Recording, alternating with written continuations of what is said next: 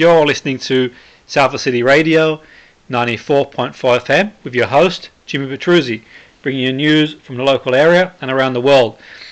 The Friday Sports Show, Salford City Radio, 94.5 FM.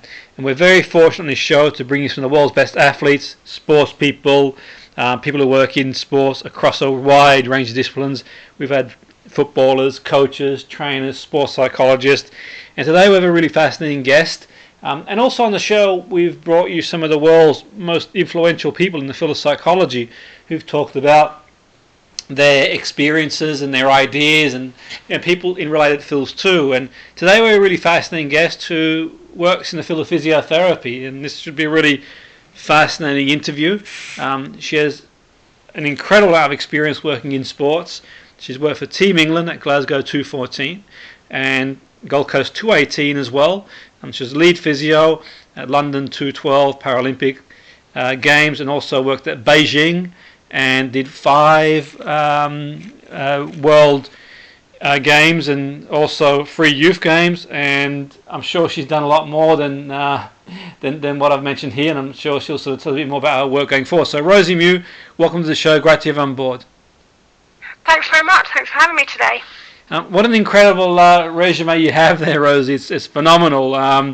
We could do a show just on we could do 100 shows really on an incredible resume you've got. But I suppose to the listeners, they're sort of thinking, wow, it's your experience is incredible in terms of in the world of sport, and you've been to some of the most biggest events in the world of sport, and I'm sure you'll tell us more about that as the show unfolds. But where did it all begin for you, Rosie? Where did it begin? When did you sort of decide I want to be a physiotherapist? Well, my mum was a physio, so I think I was probably one of the earliest recruits into physiotherapy, because as in the olden days, you used to be able to sort of, in difficult childcare times, you'd bring your child with you to work. So from a very early age, I was sort of helping out in the physio clinic and setting up heat packs for people and helping with exercise classes and setting the classes up and stuff like that. So I think I said when I was about 12 I wanted to be a physiotherapist. So I remember at school everyone going to the careers office and seeing the careers teacher and talking about what careers or trying to figure out what they wanted to do, and I was a little bit like, well, I really know what I want to do, and I always wanted to be a physio, but I didn't get more until the sports side of it and the sports specialism of it till a little bit sort of later on into my career. Yeah, that's really interesting how you sort of, very early on in life, you sort of found something you really want to do, and that's, amazing really. You're obviously very passionate about what you do, and then sort of moving in the world of sport. I mean, there's a lot of pressure involved in sport. You worked at the very highest level, Rosie, in sport. Tell us a bit about sort of what moving towards the sports industry in terms of So I was NHS trained, like I would recommend anyone to do. There's a lot of people that sort of come out of physio these days and become a physio and want to go straight into sport, but actually having that really good grounding and that really good background of working in the NHS. I mean, I think nothing else prepares you for, sort of having to sort of triage or prioritise like a busy caseload than some of the NHS wards. That really prepared me for sort of that sort of more holistic care that you really need in sport. Yeah. And then obviously I specialised slowly more and more into musculoskeletal, and that's where I found my field. And I think maybe slightly selfishly, I really liked the quite quick rewards. You can giving someone really good advice really early on what they, something as simple as an ankle sprain, the really simple do's and don'ts post-injury of what you can do. You can have really dramatic effects upon how their injury recovery will be and how soon they'll get back to playing sport, or even just, whether they're just someone who likes walking the dog, how quickly they can get back to their previous level of activity. And then I will completely put my hand up and say that I slightly got into disability sports, because I wanted to get into sport at the higher level, and there was a larger calling in the sort of Paralympic area. And then I completely fell in love with disability sport, working with athletes that have just, overcome the most amazing backstories of injuries or disabilities or accidents, or however they've come about their disability, and what they've overcome and how hard they have to work to get what they want. And there were just so many really inspiring stories. So I got a little bit into sort of more higher level sport that way, and then it slowly I got into university sport, and things have just slowly ballooned further and further, taking steps forward from there. It's really interesting, and certainly, in my experience in sport, predominantly football, Rosie, I found that the physio is a vital role, not just because, what you do, and you sort of mentioned there about giving people exercise and sort of time frames of getting back, but also I've generally found that, certainly in football, the players kind of confide in the physio, because sometimes they might feel a bit, uncomfortable telling a manager or someone else in the club about how they feel. So there's almost like the other side to it too, the communication. And would you say that's been a big thing for you, being able to communicate to the athletes? And obviously some of the athletes are going to be under some sort of distress if they're injured and they can't compete or things like that. Did you find sort of... Yeah, absolutely.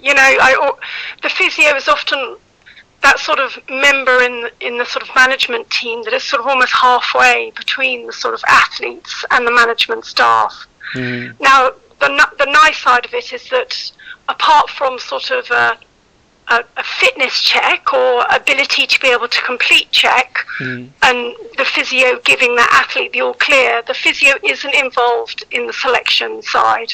So, you don't get involved in that sort of managerial decisions, and you are more on the ground with the athlete, and you do become the agony aunt. You are the one that they come to talk to about all kinds of problems. And so yes, that is a really big area in sport, because just the stress and the pressure that a lot of these athletes are under.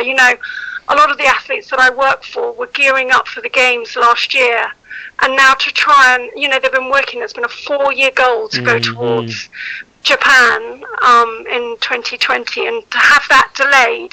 And I know 2 of my athletes now won't make it because they were holding out for surgeries and things that they needed, and now they've decided that for their long-term health they've gone ahead with the surgery, but that probably means that they won't recover in time for Japan 2021. So there are, the pressure in sport, and unfortunately sport is brutal. You're only as good as your last race, your last game, your last jump, your last whatever. So it is really, really brutal. So there is massive stresses and strains within that. And then I also think the physio, because you become that kind of confidant in that process, in that journey with them, and it is difficult because they confide in you, and you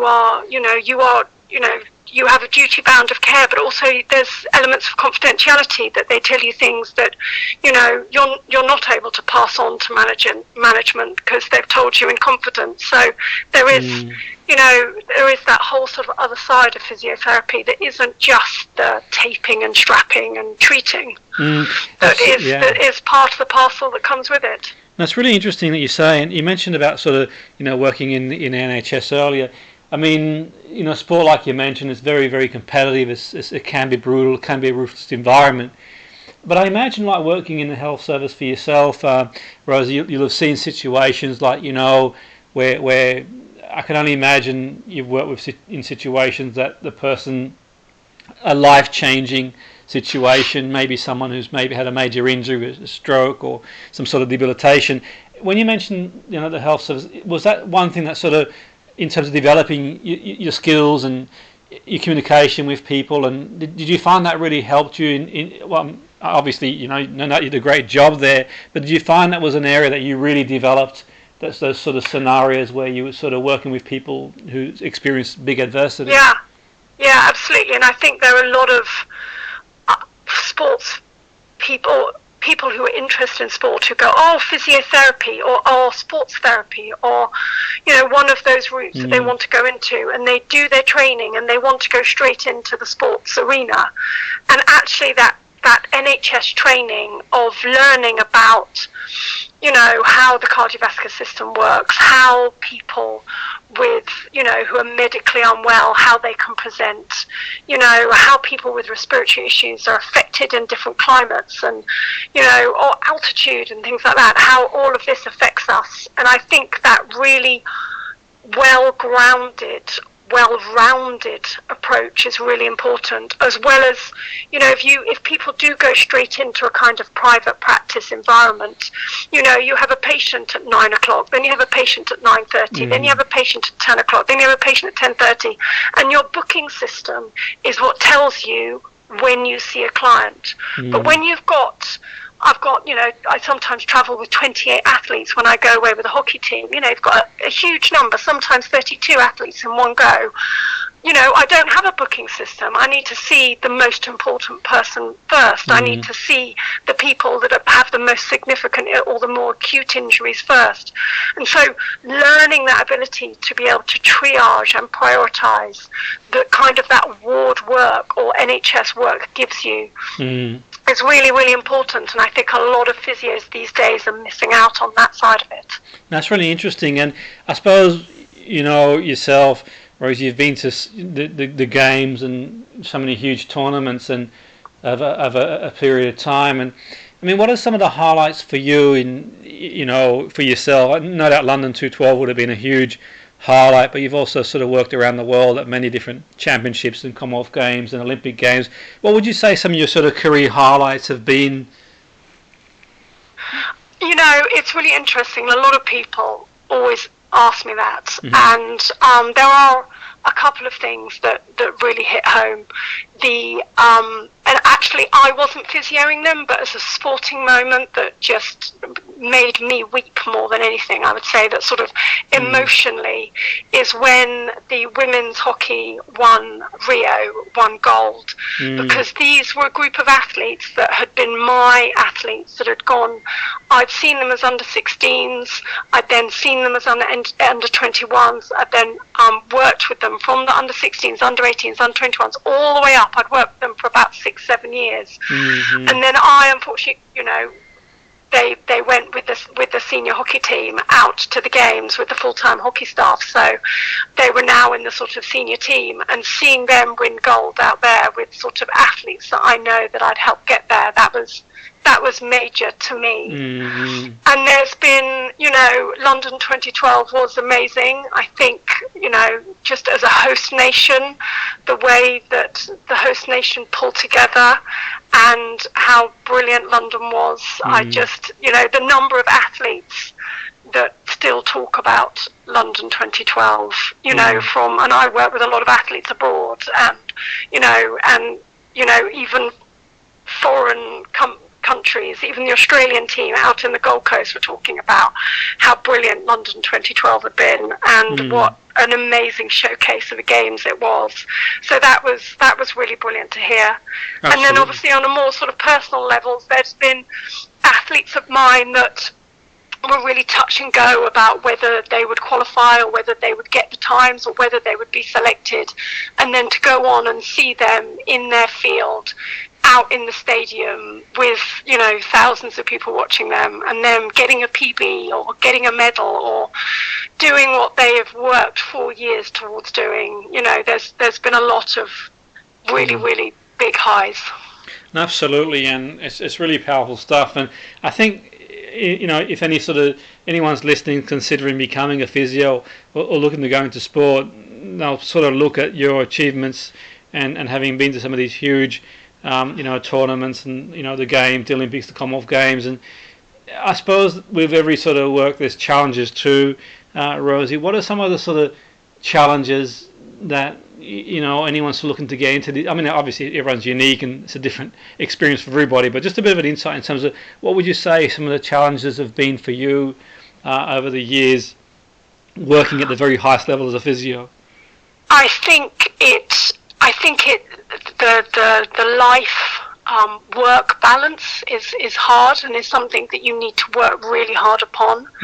I knew that I really wanted to do London 2012, but I knew that there would be an awful lot of people applying for London 2012. So I said, and also I knew I was at an age that I wanted to have children. So I was going to be taking a bit of a career gap before London 2012. So I set myself a really long target. Okay, I want to get to London 2012. To be able to get there, I need to go to Beijing 4 years before. That will get me that one step above a lot of the other people to be able to get in the door at 2012. So I then just basically worked my backside off to get to Beijing 2028, and just worked as hard as I could. But I took unpaid leave from work, all my annual leave, I think, for 2 years running, apart from a break at Christmas and maybe I think a long weekend skiing. I think all my holiday leave was used up on pushing myself to get to 2028. And then but it's easy to do when you love what you do. Absolutely. So I have worked hard, but then I see, funnily enough, I went out with a friend who I sort of started out with, and while I've gone down the sort of sports physiotherapy route, he's gone down the setting up the private practice route. Now he's got 6 practices across London. He's done financially exceptionally well for himself, and I went down the other route. I haven't earned as much money, but I've made an active choice of doing exactly what I wanted to do, and I've loved every step of it. It's kind of, there's the choices that you make. Absolutely. So it is hard work. Unfortunately, sports physio is not well paid, because unfortunately there's just an awful lot of people out there that, because they love it, will do it for free. So unfortunately sports physio doesn't pay brilliantly, but I've loved every step of my journey. So you make your choices. Absolutely. I mean, these are priceless experiences in terms of experiences you've had of going out to the games and the London Games, and what a buzzing game that was, and the Paralympics was incredible, and it showed the British public how much they do get behind the sport and love their sport. And I think that's right. It's really important that the government does continue to fund, or we look at ways to fund sport, because it means a lot to people. It lifts the whole nation. Did you find that 2012 that it had that sort of buzzing feeling, Rosie, in London? Oh, completely. Yeah, it was amazing, because I think I'm the only person that at the games could see their own rooftop, because at the time I was had been living in East London for 10 years, so I think I could stand at the top of the balcony on our top floor and I could see my own rooftop. And it was so being a Londoner, and especially an East Londoner, living close to the games, to see the build-up, to see how London embraced it. And it wasn't just that. I mean, the Paralympics was particularly special, because for all the Paralympians, the Paralympics was coming home, because it started in the UK, it started in London, it started at Stoke Mandeville. And the Paralympic support and the disability support in the UK is second to none than anywhere else in the world. So the athletes knowing the level of care and the attention to detail, and that everything that would be in place for them was just exceptional. So it was a really, really special games, and big parading in the stadium and coming out to David Bowie playing Heroes and to parade at the Olympic Games was, apart from my wedding day, best day of my life. Amazing, yeah. And I mean, the other thing as well, I was thinking, Rosie, I'm sure that the listeners are wondering, in terms of, being a physio, you're working with some of the world's best athletes, and you're there, and, I suppose from the point of view that you're sort of working, long hours, there's a lot of pressure involved. And in terms of yourself, I mean, who motivates the motivator in terms of what do you do? Is there anything specific to, for yourself Rosie, that you, from a sort of mind perspective, mental perspective, you do for yourself to sort of keep yourself focused and working at the highest level?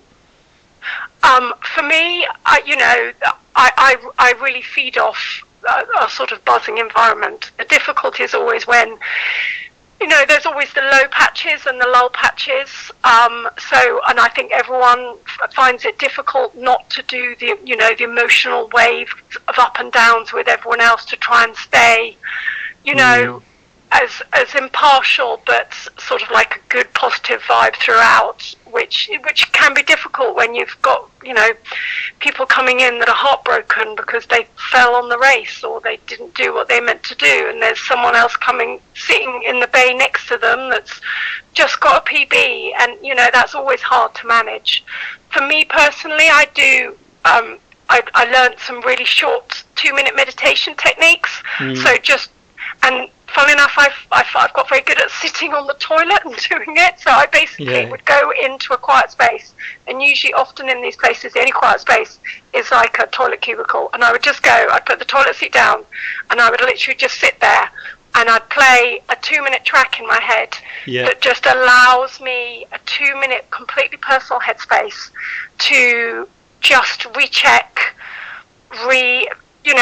just positive affirmations, and just how lucky I am to be there at that place, and and I think what I think as everyone does, but particularly women do, is that we're very good at picking up of the woulda, shoulda, coulda kind of things. I wish I'd done that, or I should have done that better. If only I'd known about that, I would have done it like this. I could have done that. But I think we need to, everybody, but particularly women, and particularly mothers or working women that make that juggle, we need to be really good at looking back and saying, but I did this and I did that, and that was good, and that's what I've achieved. And look at those positive things that you've done in your life, those positive affirmations, those positive achievements. Absolutely. Of showing what you have and what you can do. And if in doubt, I've found a good cup of tea is always put the words to Absolutely, right. Nothing can't be solved, I've found, with having a good cup of tea and just 2 minutes to yourself. So even if it doesn't work, just have a cup of tea. Absolutely, take that time out for sure. And in terms of for our listeners, I know there's no 2 days the same when you're working at Olympics. I'm sure that different days present challenges, but just a general idea. What's the sort of a day in the life of Rosie working at an Olympic Games, in terms of what are some of the things that how does things sort of work, Rosie? Well, everyone's on a shift, so it's completely different. But let's say the sort of people who come in early, you're quite often, if you're in a really big games environment, you might have physiologists with us. They may be doing that, but classically in a sort of often medium-sized games, you're filling up the ice baths. So you're getting them to temperature. You're wiping everything down, making sure everything's clean, making sure all the equipment's there. Everyone's always amazed how much of my physio time is spent lugging equipment. So you're lugging stuff around, getting everything ready for the athletes, making sure all the gym equipment's in place where it needs to be. Then checking the sort of the roster or the rotas for the day, who's in when and what's going on, and then setting up the clinic so everything's going. There's a clinic schedule, so there'll be some people that are kind of got like booked appointments coming in, and then there'll be other people that are coming in just rocking up wanting treatment.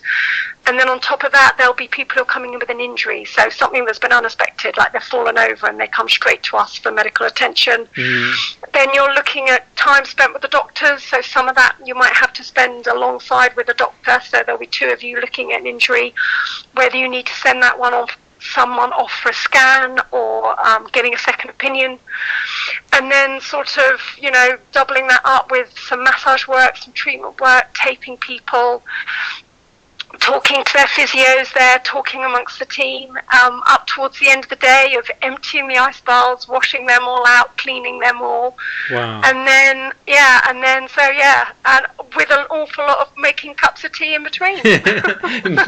Brilliant. And making sure your team are okay, checking in with your team all the time, because they're long days, and as much as I know I'm okay with a long day. I need to constantly keep checking in with my team that they're okay, because you're getting pulled in all directions, and it's draining. As much as it's buzzing and really exciting, imagine being on a high for 10 days with little sleep and high workload. You feel like you've been through the tumble dryer a couple of times. So absolutely. Absolutely. You need looking after everybody as well. Yeah, and absolutely. And I suppose, I mean, with yourself, Rose, you've been to, different games now, and you've been at, the pinnacle of your profession, you could say, for a long time now. And I mean, for yourself, what's sort of next for you? More of the same? And I mean, it's one thing going to 1 games, to 2 games, but you've been there, you've done it consistently so often, and worked at the highest level so often. Sort of going forward for you, just a sort of bit of insight for our listeners, and what's sort of the next step for you, Rosie? More of the same? Keep going to these games? Well, interestingly, I have literally just come off the back of supporting Billy Munger for the Comic Relief. The Comic Relief, they do a sports challenge every year for Comic Relief. And this year it was Billy Munger, who is a motor racing young chap who at the age of 17 had a nasty accident and had both of his legs amputated, and he's just done an Ironman coming down the length of Britain. So I've been supporting him sort of a week ago, and that again was just a really inspiring event. So, I think it's really hard for me to say. I think what I've really loved is a little bit of variety, and while I've done a lot of games, I've just started actually working contractually back with a team again. So I'm working back with British Gymnastics, and actually it's really nice, rather than just coming in for the game situation, to actually be back enveloped within a team and working within a team again. So I'm looking forward to that. And I think the big sort of last one for me is I've never done a full Winter Games. So maybe a Winter Games, but also I've got 2 children at home that are probably needing me more and more. And you know what? I've just had a year at home, which I haven't had for a long old while. And apart from the sort of last 2 weeks when I was away, I've been at home for 10 months. And and there's an awful lot to be said for being at home and being a mum. So absolutely. I'm not ready to hang up my boots, but I'm definitely slowing down, maybe. Yeah, I mean, it's I mean, you made some really interesting points there, Rosie, for sure, and it's been an incredible insight, for anybody looking to get into the world of physio, sports physio, but just in general, really, I think it's really fascinating, the work that you do, and I'm sure that we'll read your book at some point. It'll be I don't know if you've got any plans to release. Oh God, no. It would be fascinating to read. The life of a physio. Really, it's incredible stuff. But no, it's been really great interviewing you, Rosie. If any of our listeners sort of, is there a website they can sort of go to sort of know more about your work or anything like that? Rosie, yeah. Yeah, everyone always says to me it's really interesting. I do not have a website. I've done all of this with literally just myself and my mobile phone, basically. Wow. But people can always get through to my LinkedIn account. Yeah. So I keep an eye on that. And I would give you my work email address, but I'm likely to be moving work within the next 3 weeks. So so LinkedIn's the place to go. My LinkedIn is probably the best one. Yeah, absolutely, no, for sure. LinkedIn, and you mentioned that if people want to know more about your work and what you do, get onto LinkedIn. But it's been fantastic speaking to you, Rose. It's been an interesting insight for me, and no doubt for our listeners. It's been really fascinating, and I'm sure that your career is going to keep on going, and we'll sort of keep an eye out for that for sure. So thanks for coming on board the show. You're very welcome. The Friday Sports Show. Great stuff. That was Rosie Mew, sports specialist physiotherapist.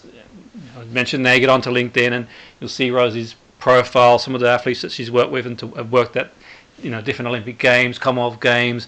It's phenomenal, really, and we probably the amount of work that she's done for as long as she's done that work at the highest level is phenomenal. So we'd probably need 20 shows to showcase it all, but hopefully it's giving you a bit of an insight to the world of physio at the very highest level in sport.